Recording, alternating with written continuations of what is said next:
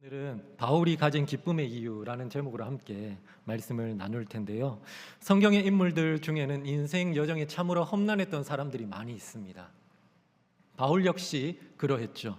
이러한 인생 중에 슬픔, 두려움, 고통의 감정이 들법하지만 바울이 가진 주된 감정은 이런 부정적인 것이 아니었습니다. 그가 가졌던 주된 감정은 기쁨이었습니다. 오늘 본문인 4장 4절을 보면 바울은 빌립보 교회 성도들에게 이렇게 권면하고 있죠. 주 안에서 항상 기뻐하라. 내가 다시 말하노니 기뻐하라. 바울이 빌립보 교회 성도들에게 무엇을 하라고 말하나요? 기뻐하라고 말합니다. 두 번 언급하죠. 두 번 언급했다는 것은 강조입니다. 우리도 말을 할 때 중요한 게 있으면 단어나 문장을 두 번씩 반복하지 않습니까? 강조하면서 중요하다는 것을 나타내는 것이죠. 바울 역시 기뻐하라, 기뻐하라고 하면서 기뻐해야 한다는 것을 중요하게 강조하고 있습니다. 기뻐하라는 것은 단순한 권면이 아닙니다. 기뻐하세요, 기뻐했으면 좋겠습니다, 기뻐하길 바라요, 이런 뜻이 아닙니다. 현재 명령법입니다. 본문의 말 그대로 기뻐하라, 기뻐해야 된다라는 것이죠. 강하고 단호한 어조를 담은 말입니다. 그런데 상대방이 이 편지를 읽는 독자가 그때 당시에 상황이 어려울 수도 있고 슬픔을 당했을 수도 있는데 무턱대고 기뻐하라 라고 하는 것은 조금 무례한 말이 아닐까요? 그러나 바울은 빌립보서 전체에서 상황과 환경과 여건과 처지를 뛰어넘는 기쁨을 가져야 할 이유에 대해 설명을 합니다. 그렇기에 기뻐하라고 강하게 권면할 수 있는 것이죠. 여러분, 언제 기뻐해야 될까요? 항상 기뻐해야 합니다. 언제나 늘 모든 순간 기뻐해야 된다라는 것이죠. 데살로니가전서 5장 16절에서 항상 기뻐하는 것을 하나님의 뜻이다라고 말씀합니다. 그러면 어떻게 기뻐할 수 있을까요? 주 안에서 기뻐할 수 있습니다. 주님 안에 있을 때, 주님이 주신 기쁨의 이유를 생각하고 누리고 있을 때 기뻐할 수 있습니다. 영혼이 주님께 붙어 있고 사로잡혀 있을 때 기뻐할 수 있다라는 것이죠. 그리고 기뻐할 수 있는 이유를 마음에 품고 있을 때 기뻐할 수 있는 것입니다. 빌립보서는 별명이 있습니다. 기쁨의 서신입니다. 분량은 적지만 다른 성경보다 기쁨에 대한 내용이 많이 언급되어 있습니다.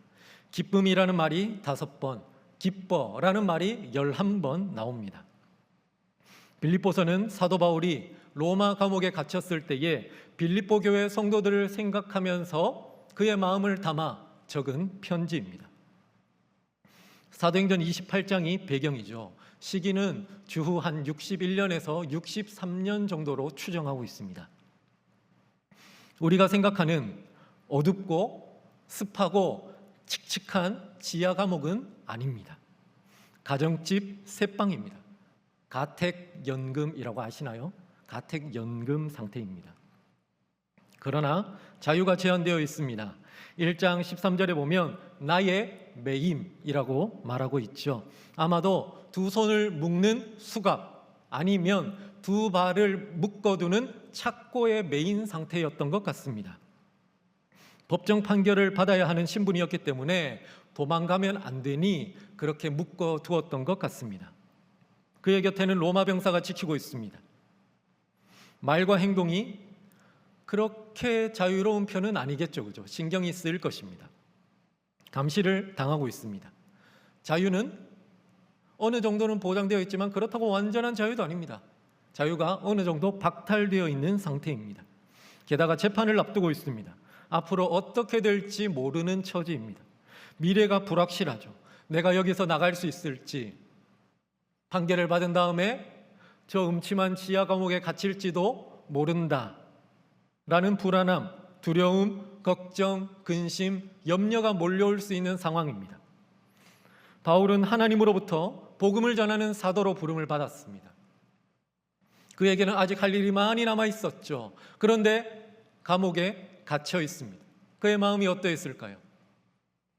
이 사명을 감당해야 되는데 라는 조급한 마음도 들지 않았을까요? 답답한 마음이 들지 않았을까요? 충분히 그럴 수 있는 상황입니다. 그럼에도 바울은 이 모든 상황과 형편과 처지를 뛰어넘는 기쁨을 누리고 있었습니다. 이 기쁨으로 빌립보 교회 성도들을 향하여 너희도 기뻐하라 라고 권면하고 있습니다. 빌립보서에서 바울은 자신이 기뻐한다는 것을 여러 구절에서 표현하고 있습니다. 1장 4절, 18절, 2장 17절, 18절, 4장 10절 등에 기록되어 있죠. 기뻐할 수 없을 것 같은 바울이 기뻐할 수 있었던 이유, 그리고 빌립보 교회 성도들에게 기뻐하라고 말할 수 있었던 이유가 무엇일까요? 빌립보서에는 여러 가지 많은 이유를 설명하고 있습니다. 그 중에 중요한 3가지 이유를 살펴보도록 하겠습니다. 첫 번째 이유입니다. 구원의 은혜로 말미암아 기뻐할 수 있었고 기뻐하라고 권면합니다. 따라해 볼까요? 구원의 은혜. 구원의 은혜로 말미암아 그는 기쁨을 누리고 있었고 기쁨을 권면할 수 있었던 것입니다. 3장에 보면 바울은 예수님을 만나기 전에 자신을 이렇게 설명합니다. 5절 말씀인데요. 나는 8일 만에 할례를 받고 이스라엘 족속이요 베냐민 지파요 히브리인 중에 히브리인이요 율법으로는 바리새인이요. 바울은 정통 유대인이었습니다. 그리고 바리새인이었습니다. 율법을 아주 철저하게 지키던 사람이었고 자신이 이단이라 생각했던 예수를 믿는 사람을 잡으러 어느 곳이든 달려가던 열심히 있던 사람이었습니다. 장차 미래가 촉망받는 지도자이기도 했죠. 그러나 다메섹으로 가던 길에 예수님께서 바울에게 나타나 그를 만나 주십니다. 이후 그의 인생은 변합니다. 바울은 자신이 가진 모든 명예와 신분, 미래에 대한 기대를 다 버렸습니다. 왜냐하면 그것은 사람들이 볼 때에는 중요하고 가치 있는 것일지 모르겠지만 예수를 만난 자신에게는 더 이상 중요한 것이 아니었기 때문입니다. 바울은 이렇게 말합니다. 3장 7절에서 9절입니다. 우리 같이 한번 읽어볼까요? 조금 길지만 같이 한번 읽도록 하겠습니다. 시작. 그러나 무엇이든지 내게 유익하던 것을 내가 그리스도를 위하여 다 해로 여길 뿐더러 또한 모든 것을 해로 여김은 내 주 그리스도 예수를 아는 지식이 가장 고상하기 때문이라. 내가 그를 위하여 모든 것을 잃어버리고 배설물로 여김은 그리스도를 얻고 그 안에서 발견되려 함이니 내가 가진 의는 율법에서 난 것이 아니요 오직 그리스도를 믿음으로 말미암은 것이니 곧 믿음으로 하나님께로부터 난 의라. 아멘. 바울은 이전에 자신에게 유익했던 모든 것들을 이제는 해로 여기게 되었습니다. 쓸모없는 것, 도리어 손해가 되는 것으로 여기게 되었다라는 것이죠. 밑에 보면 배설물이라는 다른 표현으로 말하고 있습니다. 여러분, 배설물을 좋다고 가지고 있는 사람은 아무도 없죠. 당연히 버려야 하는 것입니다. 이것을 버려야 깨끗해질 수 있고 일상생활을 할 수 있습니다. 바울은 이제 자신이 새로운 삶, 영적 삶을 살기 위해서는 이전에 가졌던 모든 것을 다 버려야 한다는 사실을 알게 되었습니다. 그래서 버렸죠. 이것을 버린 대신 얻은 것이 있습니다. 무엇을 얻었을까요? 가장 소중한 보물인 예수 그리스도를 얻게 되었습니다. 예수님은 주인이시며 구원을 주시는 은혜의 주체이며 삶의 동반자이며 앞으로 모든 삶을 책임지시고 동행하시는 분이십니다. 예수님을 얻은 것은 모든 것을 얻은 것이죠. 그렇다면 예수 그리스도를 얻는 방법은 무엇일까요? 노력으로 되지 않습니다. 능력으로 되지 않습니다. 지식으로 얻을 수 없죠. 생각이나 의지로 되지 않습니다. 신분으로 얻을 수 있는 게 아닙니다. 돈으로도 안 되죠. 오직 믿음밖에 없습니다. 오직 믿음, 믿어야 하는 것입니다. 예수께서 나의 왕, 주인이시자 구원자이심을 믿어야 하는 것이죠. 가장 고상한 예수 그리스도를 아는 지식을 붙잡고 믿기로 결단해야 하는 것입니다. 마음과 전 존재를 드리면서 예수를 주인이자 구원자로 초청하여 내 마음의 보좌에 모셔드려야 하는 것이죠. 이렇게 말하면 나의 의지와 나의 결단으로 믿는 것처럼 보일지 모르겠습니다. 그러나 믿음 역시 하나님이 주시는 놀라운 선물입니다. 내가 아무리 믿기로 결단하고 노력한다 할지라도 하나님이 은혜를 주시지 않으면 믿어지지 않습니다. 저도 그런 분들 꽤 많이 봤습니다. 자기는 정말 믿고 싶어 하는데 도무지 믿음이 생기지 않는데요. 예수님이 계신 것이, 하나님이 천지를 창조하신 것이, 십자가에 죽었다가 부활한 것이 믿어지지 않는다고 이야기하더라고요. 믿음은 은혜입니다. 은혜가 무엇일까요? 은혜는 값없이 거저주시는 선물입니다. 하나님이 주고자 하시는 자에게 주시는 주권적인 영역인 것이죠. 그런데 감사하게도 자비로우신 하나님께서는 그 마음에 간절함을 가진 사람에게 자신의 선물을 기꺼이 주시겠다고 약속을 하십니다. 잠언 8장 17절, 나를 사랑하는 자들이 나의 사랑을 입으며 나를 간절히 찾는 자가 나를 만날 것이니라. 나에게 임하시도록 간절히 기도해야 되겠죠. 단순한 결단, 내가 이제 믿을래 라고 하는 말로는 부족합니다. 주님께서 나를 받으시고 온 마음과 전 존재를 사로잡아 주시기를 갈망하며 주님을 바라보고 주님 앞으로 나아가야 될 것입니다. 그러면 주님께서 은혜를 주십니다. 사랑하는 여러분, 이 세상에서 중요해 보이는 여러 가지 것들이 있습니다. 돈, 명예, 학벌, 지혜, 물질, 외모, 매력 등등. 그러나 이러한 보이는 것, 세상의 것은 잠깐이죠. 하지만 보이지 않는 것은 영원합니다.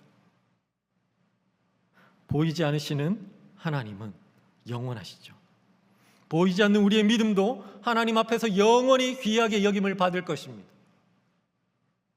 이 믿음으로 말미암아 변화된 우리의 영혼은 장차 하나님과 함께 영원히 살게 될 것입니다. 이 믿음 안에서 예수 그리스도를 얻었기에 바울은 기뻐하는 것입니다. 여러분은 예수 그리스도를 얻으셨습니까? 그렇다면 바울과 같은 기쁨이 있으십니까?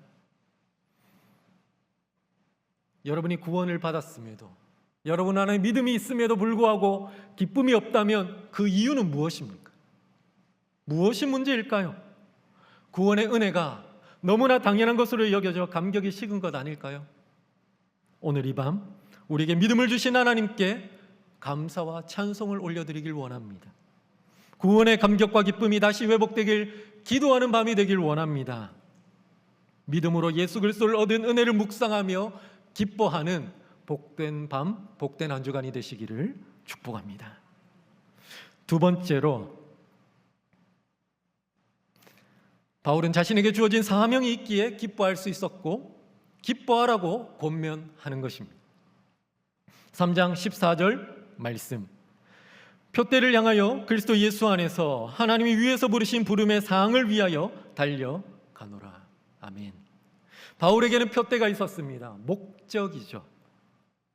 경주마가 눈 양옆을 가리고 그 결승선을 향해서 달려가는 것처럼 사도 바울도 세상의 모든 것에 눈을 가리고 오직 표대를 향해 달려나갔습니다. 그는 목적을 향해 달려가는 인생이었습니다. 그의 궁극적인 표대가 무엇일까요? 예수 그리스도입니다.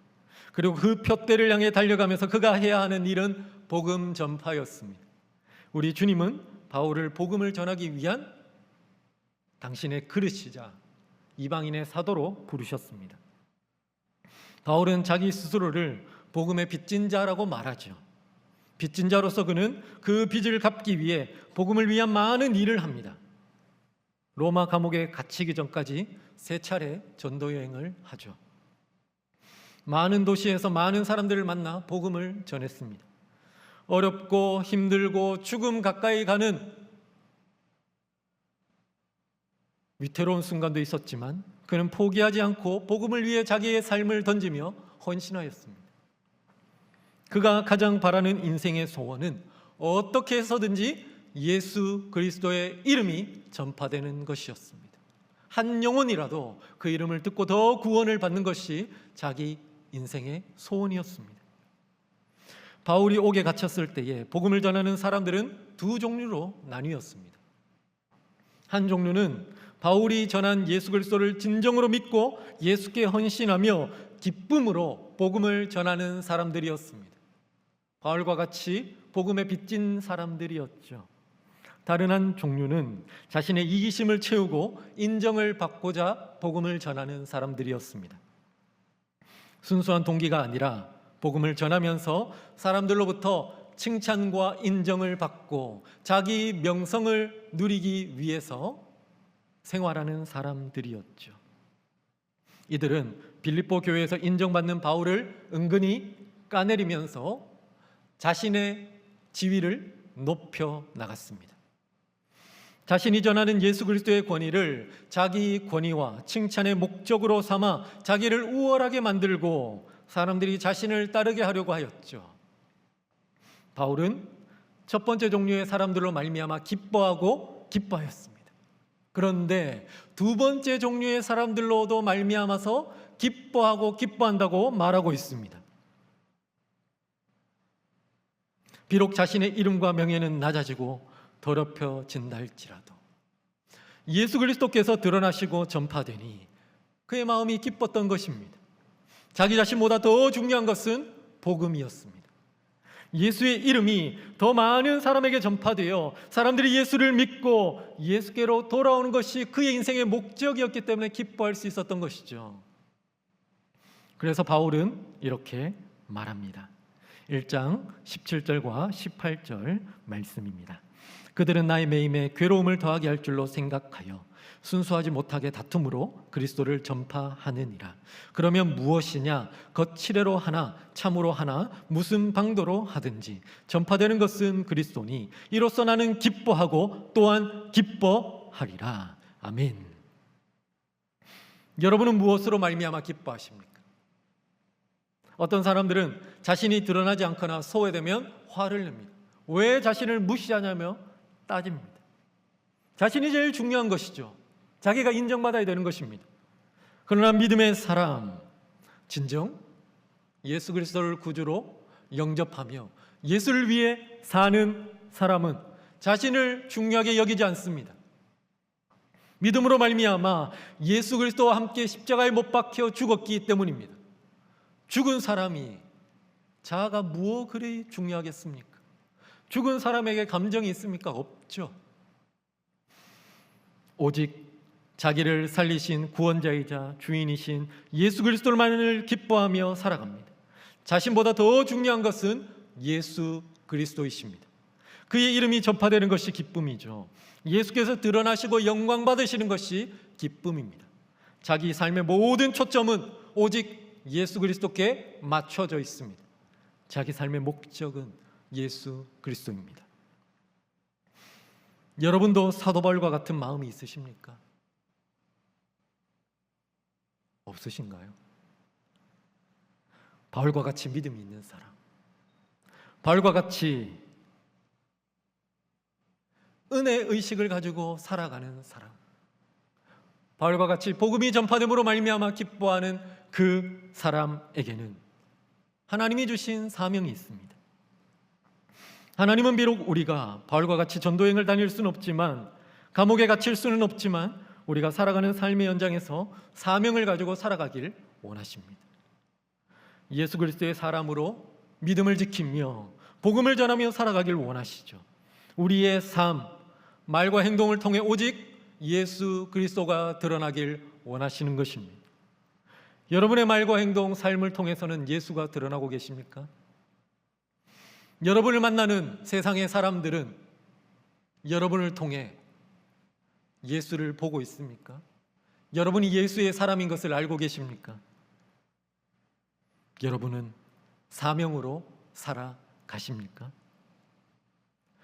사도 바울은 자기의 사명을 감당하며 예수의 이름이 전파되었기에 기뻐하였습니다. 우리 역시 우리에게 부여된 이 사명으로 말미암아 예수 그리스도의 이름이 드러나기에 기뻐하며 살아가는 복된 사명자가 되기를 간절히 소망합니다. 마지막으로 바울은 하나님이 하신 일에 기반하여 앞으로 하실 일을 기대하며 기뻐하였습니다. 바울은 2차 전도여행 기간 동안에 마게도냐 지역의 첫 성이자 중요한 지역이었던 빌립보에 들릅니다. 그곳에서 복음을 전하죠. 그리고 믿음을 가지게 된 사람들과 함께 교회를 세웁니다. 그게 바로 빌립보 교회입니다. 그런데 복음을 전하던 중에 큰 고초를 겪게 됩니다. 그 시작은 이렇습니다. 그가 복음을 전하러 가던 길에 어느 귀신 들린 요종 하나를 만나게 됩니다. 바울은 무시하고 지나가지만 그 요종은 계속 바울과 신라를 따라다니며 복음 전하는 것을 방해합니다.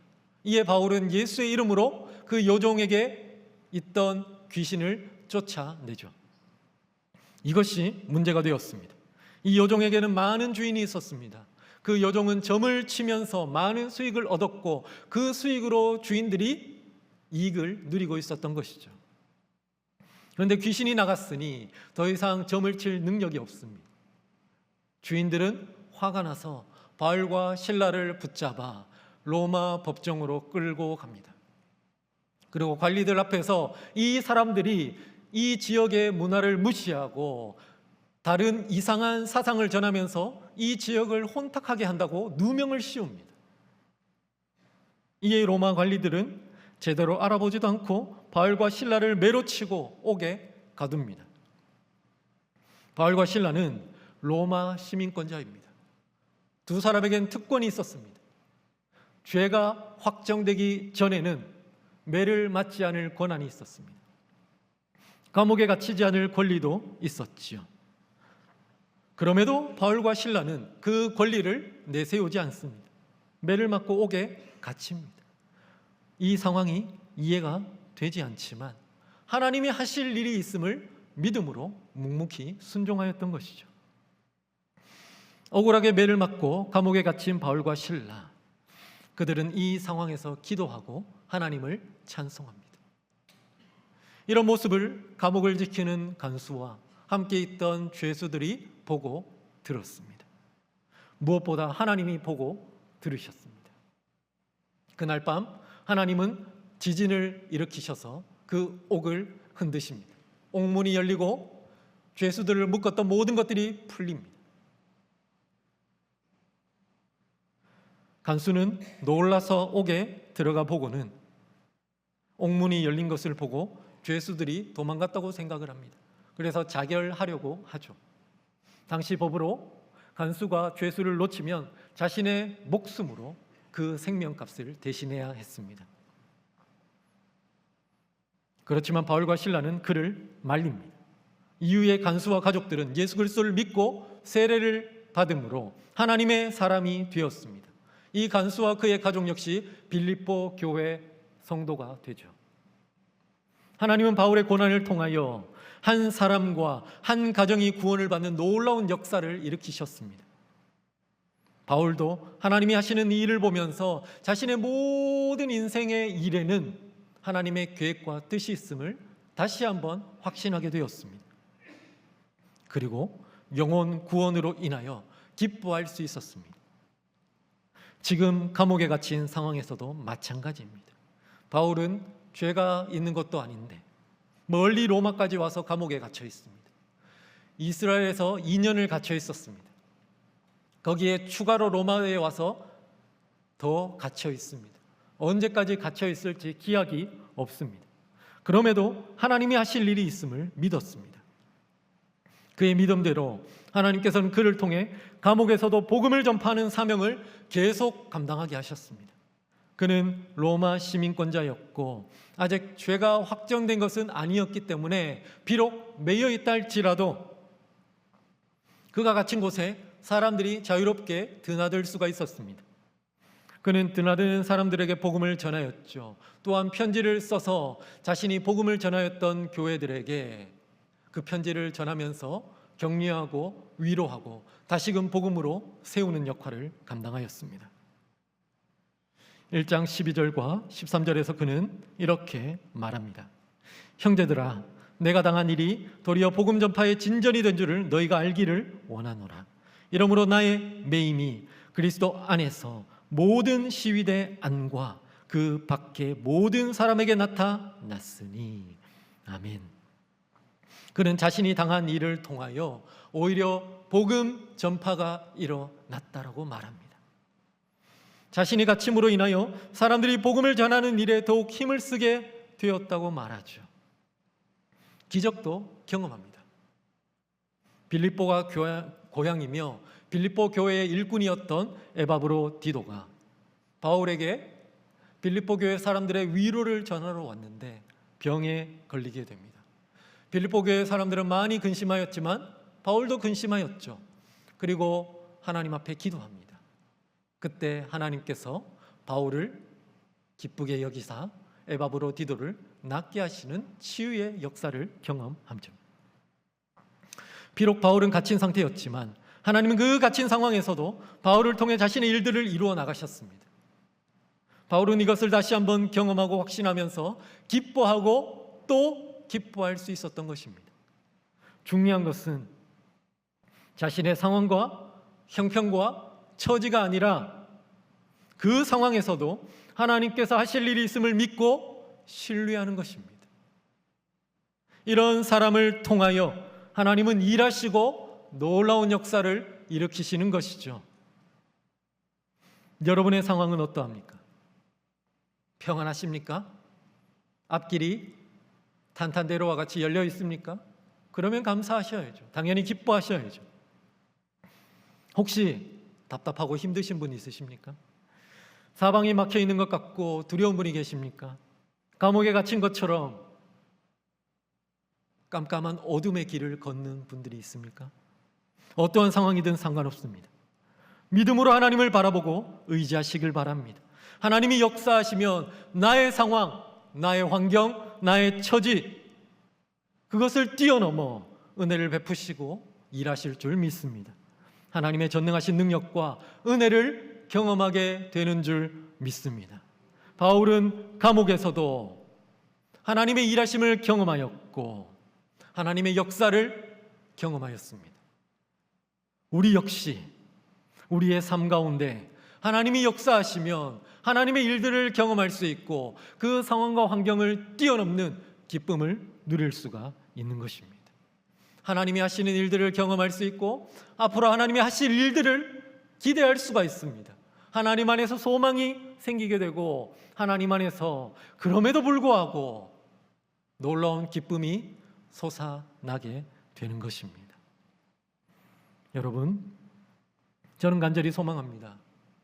감옥에서도 바울을 통해 역사하셨던 하나님께서 여러분의 삶 가운데 그 어떤 상황과 처지에 있든지 상관없이 하나님이 역사하심으로 말미암아 놀라운 일들을 이루어 주시기를 축복합니다.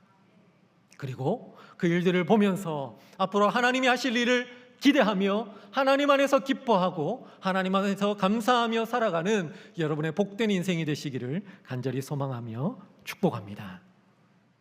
말씀을 정리합니다. 사도 바울은 감옥에 갇혔지만 기뻐하였습니다. 빌립보 교회 성도들에게도 기뻐하라고 권면합니다. 첫째로 구원의 은혜가 있었기 때문입니다. 두 번째로 사명이 있었기 때문입니다. 세 번째로 하나님이 하신 일에 기반하여 하실 일을 기대했기 때문입니다. 믿음 있는 사람은 기뻐하며 살아갑니다. 하나님이 주신 기쁨을 누릴 수 있습니다. 거룩한 기쁨의 감정을 가진 사람은 삶이 풍요로워지죠. 은혜가 흘러넘칩니다. 신앙생활이 즐겁습니다. 삶에 생기가 넘치고 촉촉하죠. 모든 일에 감사하며 행복하게 살아갈 수 있습니다. 여러분, 하나님께서는 사도 바울에게 주신 이 기쁨의 이유를 빌립보 성도들이 누리기를 원했고 오늘 이 시간 여러분도 마음에 새기면서 누리기를 원하고 계십니다. 그리고 이 이유를 묵상하고 하나님께 시선을 고정함으로 말미암아 주님으로부터 나오는 기쁨을 누리길 원하고 계십니다. 여러분이 주님의 은혜 안에서 기쁨을 누리며 살아가는 기쁨의 사람이 되시기를 예수님의 이름으로 축복합니다. 아멘. 우리 이 시간 말씀을 생각하며 함께 찬양하도록 하겠습니다.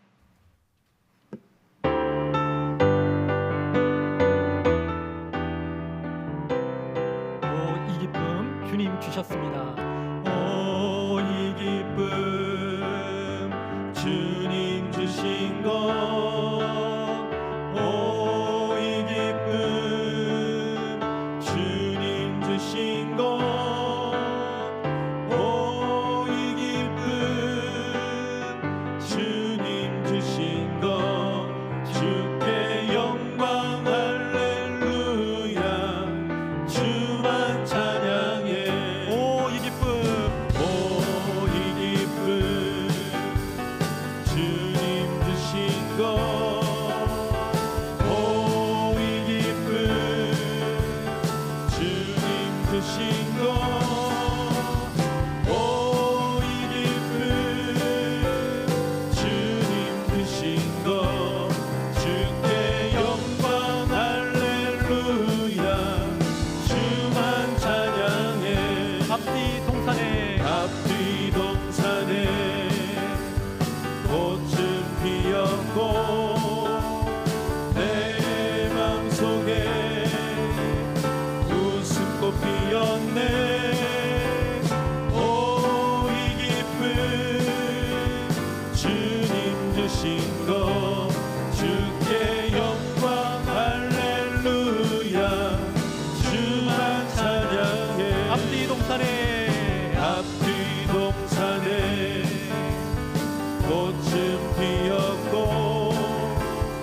내 맘속에 웃음꽃 피었네. 오, 이 기쁨 주님 드신 것.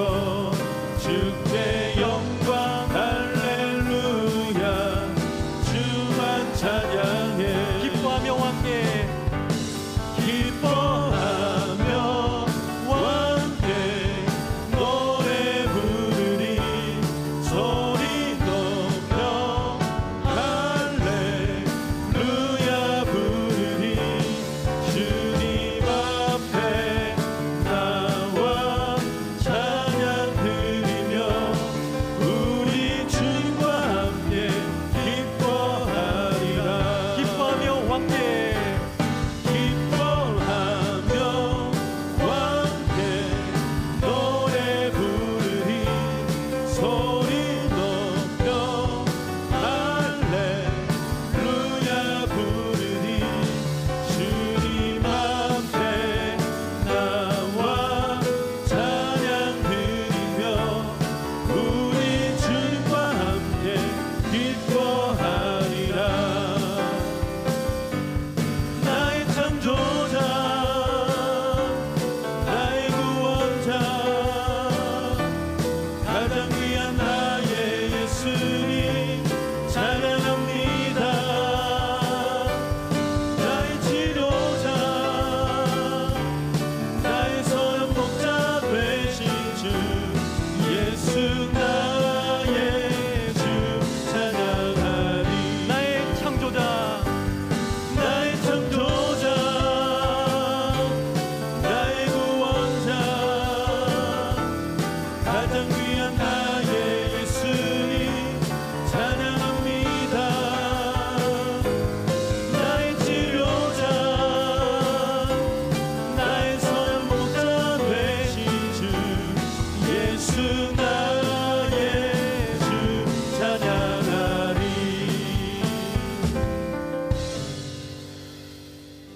우리 주님은 우리에게 구원의 은혜를 주셨습니다. 믿음의 은혜를 주셨습니다. 또한 그 믿음 안에서 예수 그리스도의 은혜를 전파하는 그 이름을 증거하는 사명을 주셨습니다. 또한 지금까지 우리에게 수많은 일들을 하셨고 또한 앞으로 수많은 일들을 하실 것입니다. 바울은 이로 말미암아 기뻐하였습니다. 우리 역시 이로 말미암아 기뻐하며 온 세상 가운데 하나님의 기쁨을 전하며 하나님께 영광 올려드리는 존재가 되길 원합니다. 주님, 저에게 이러한 기쁨을 주옵소서. 이 기쁨으로 살아가게 하여 주옵소서. 이 기쁨으로 주님의 뜻을 이루며 살아가는 사명자가 되게 하여 주옵소서. 이 시간 우리 주님의 이름을 한번 부르고 합심하여 간절히 기도하도록 하겠습니다. 주여, 아버지 하나님 감사합니다. 하나님 오늘 빌립보서 말씀을 통하여서 하나님 우리에게 기쁨에 대해서 말씀하여 주시니 감사합니다. 사도 바울은 감옥에 갇힌 상태였지만 하나님이 주셨던 그 믿음, 그 구원의 은혜로 말미암아 기뻐하며 감사하며 살아갔습니다. 하나님 아버지, 또 그 믿음 안에서 자신에게 주신 그 사명으로 말미암아 복음의 빛인 자로 기뻐하며 살아갔습니다. 하나님 예수 그리스도의 이름이 자기의 삶을 통하여 자신의 그 사명의 행함을 통하여 드러나는 것에 기뻐하며 감사하며 살아갔습니다. 하나님 또한 사도 바울은 지금까지 하나님이 하셨던 많은 일들을 통하여 하나님의 역사로 인하여 기뻐하였고 앞으로 하나님이 하실 일들에 대한 그 은혜로 말미암아 기뻐하였습니다. 하나님 우리도 구원으로 말미암아 기뻐하게 하여 주시옵소서. 하나님 아버지께 주신 그 믿음으로 말미암아 기뻐하며 살아가게 하여 주옵소서. 하나님 사명으로 말미암아 기뻐하게 하여 주옵소서. 하나님이 하셨고 앞으로 하실 일들에 대한 기쁨으로 하나님 우리가 살아가게 하여 주옵소서. 그래 우리 인생이 기쁨으로 말미암아 하나님께 영광 올려드리며 많은 사람들에게 하나님의 기쁨을 전하며 하나님의 은혜를 전하는 복된 이 믿음의 인생이 되길 원합니다. 주여, 우리 가운데 하나님이 가지신 그 최초의 기쁨을 하나님 마음껏 쏟아부어 주옵시고 우리가 기쁨으로 감사하며 살아가는 행복한 인생이 되게 하여 주시옵소서. 하나님 역사하여 주시옵소서. 하나님 아버지 감사합니다. 예수 그리스도를 알게 하시고 믿음을 선물로 주셔서 예수님을 믿게 하시니 감사합니다. 또한 구원의 은혜로 우리 인생을 변화시켜 주시니 감사합니다. 믿음을 가진 우리에게 사명을 주시고 삶의 목적과 의미를 주시니 또한 감사합니다. 지금까지 우리의 삶에 많은 역사를 이루어 주셨음에 감사합니다.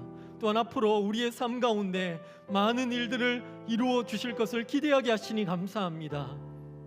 이러한 이유로 말미암아 우리의 심령 가운데 주님이 주시는 기쁨이 가득하길 원합니다.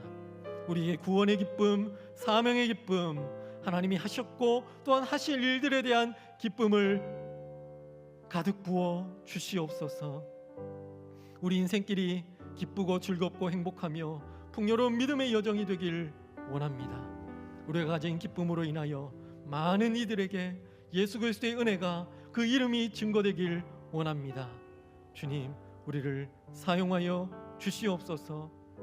그 기쁨의 길, 행복한 길을 걸어가는 사명자가 되게 하여 주시옵소서. 주님, 이 자리에 주님이 주신 믿음이 있고 구원의 은혜가 있지만 기쁨이 메마른 사람이 있다면 구원의 감격을 회복시켜 주옵소서. 풍성한 흘러넘치는 놀라운 기쁨을 허락하여 주옵소서. 그리하여 사명을 향해 달려나가게 하시고 하나님이 하시는 일들을 영의 눈을 뜨고 보는 역사가 일어나게 하여 주시옵소서. 오 주님, 감사합니다. 우리가 놓치고 있었던 영적인 은혜를 기억하게 하시니 감사합니다. 오늘 들은 말씀을 꼭 붙잡고 말씀의 능력을 경험하며 은혜로 인하여 기쁨이 회복되는 역사가 우리 모두에게 있게 하여 주옵소서.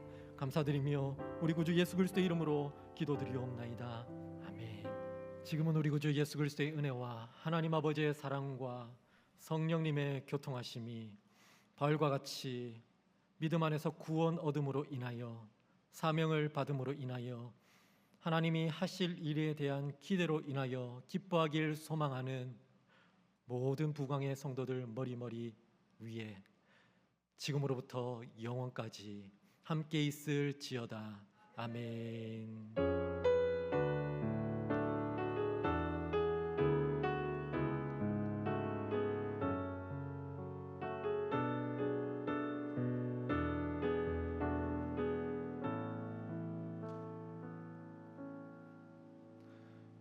들으신 말씀과 가지고 나오신 기도 제목을 가지고 간절히 기도하시다가 자유롭게 돌아가도록 하겠습니다.